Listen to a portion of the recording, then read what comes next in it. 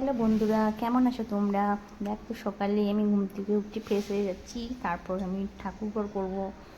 ঠাকুরঘর করার আগে তোমার পুজো করার আগে আমাকে ফুল তুলতে যেতে হবে বাগান বাড়িতে। আর তোমাদের কাছে একটা এত সুন্দর একটা জিনিস দেখাবো না, প্রাকৃতিক সৌন্দর্য তোমাদের দেখে মানে মন ভরে যাবে। আর আমি সামনে থেকেও ভিডিওটা করেছি আর ফুল তুলে নিয়েছি। তার আগে দেখো কী সুন্দর, দেখো এই নয়নতারা গাছটাতে দেখো ফুলগুলো কী সুন্দর, ফুলগুলো ফুটেছে। তারপরে দেখছি একটা প্রজাপতি উড়ে আসছে, প্রজাপতিটা শুধু ফুলে ফুলে মধু খাচ্ছে। দেখো আজকে এটা দেখলাম, সত্যি মনটা একদম ভরে গেল। দেখো কি সুন্দর লাগছে, পুরো মানে একটা ফুলের মধ্যে নেই, কিন্তু ও অনেকগুলো ফুলের মধু খাচ্ছে দেখো।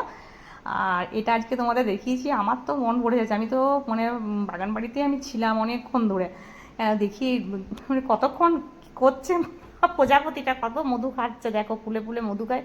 সেটা আজকে নিজের চোখে দেখলাম। এরকম দেখেছি যাই হোক, কিন্তু এত সামনে থেকে দেখিনি, এত গভীরভাবে। আর ভিডিওটা করেছি, তোমাদের কাছে শেয়ার করলাম। কেমন লাগছে বলো? আমার তো খুব ভালো লাগছে। আর এই সকল দৃশ্য দেখা যাবে না।